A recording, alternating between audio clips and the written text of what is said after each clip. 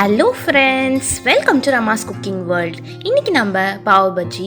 இது ரொம்ப சிம்பிளாக ஈஸியாக பண்ணிடலாம். இது கஷ்டம் நம்ம எல்லோரும் நினச்சிருப்போம், ஆனால் ஈஸியாக பண்ணிடலாம்.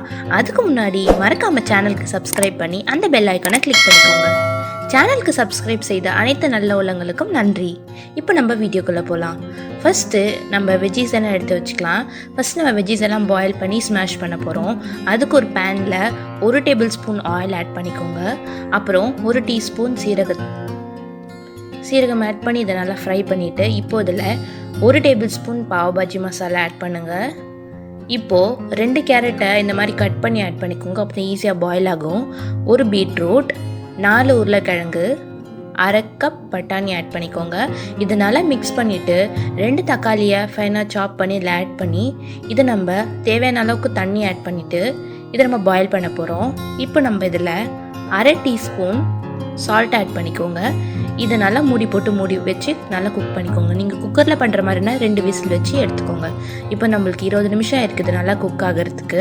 சூப்பராக குக் ஆகிடுச்சு. இப்போ இது எல்லாத்தையும் நம்ம மேஷ் பண்ணிடலாம். இந்த மாதிரி உங்கள்கிட்ட மேஷர் இருந்துச்சுன்னா அது யூஸ் பண்ணிக்கோங்க. நம்ம சூப்பராக மேஷ் பண்ணியாச்சு.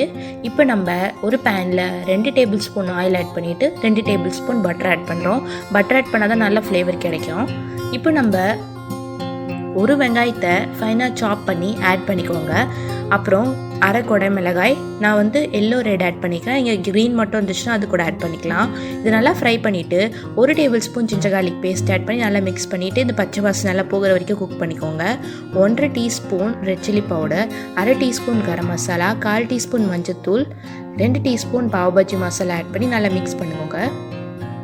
1 டீஸ்பூன் கசூரி மேத்தி, இது வேண்டாம்னு நீங்கள் ஸ்கிப் பண்ணிக்கலாம். இதனால் மிக்ஸ் பண்ணிவிட்டு இப்போ நம்ம மேஷ் பண்ணி வச்சுருந்தோம்ல அந்த வெஜ்ஜீஸ் அதில் ஆட் பண்ணிடலாம். கொஞ்சம் மல்லி ஆட் பண்ணிவிட்டு நம்ம மேஷ் பண்ணி வச்சுருந்த வெஜிடபிள்ஸை இதில் ஆட் பண்ணி நல்லா மிக்ஸ் பண்ணி குக் பண்ணிக்கோங்க. இப்போது இதுக்கு தேவையான அளவுக்கு உப்பு ஆட் பண்ணிவிட்டு இப்போ நம்ம இதில் கொஞ்சம் லெமன் ஜூஸ் ஆட் பண்ண போகிறோம், கொஞ்சம் டேங்கினஸ்க்காக. அப்புறம் கொஞ்சம் மல்லி இலை ஆட் பண்ணி நல்லா மிக்ஸ் பண்ணிக்கோங்க. மிக்ஸ் பண்ணிட்டா நம்மளுக்கு பாவோட மசாலா ரெடி ஆகிடுச்சு. இப்போ நம்ம 1 டீஸ்பூன் பட்டர் ஆட் பண்ணிங்கன்னா நம்மளுக்கு சூப்பரான மசாலா ரெடி ஆகிடுச்சு. இப்போ நம்ம பாவ் பன்ஸ் இந்த மாதிரி கடையில் வாங்கிக்கோங்க. இப்போ நம்ம இதில் நடுவில் கட் பண்ணிவிட்டு 1 டீஸ்பூன் பட்டர் ஆட் பண்ணிக்கோங்க. பட்டர் ஆட் பண்ணி இது நல்லா மெல்ட் ஆகிட்டுக்கப்புறம் இதில் கொஞ்சம் மல்லி, அதுக்கப்புறம் கொஞ்சம் வெங்காயத்தை ஆட் பண்ணி நல்லா ஃப்ரை பண்ணிவிட்டு 1 டீஸ்பூன் நம்ம செஞ்சு வச்சுருந்தோம்ல அந்த மசாலா இதில் ஆட் பண்ணி இதை நம்ம ஒரு 2 மினிட்ஸ்க்கு இந்த பேனில் போட்டு நல்லா குக் பண்ணிக்கலாம்.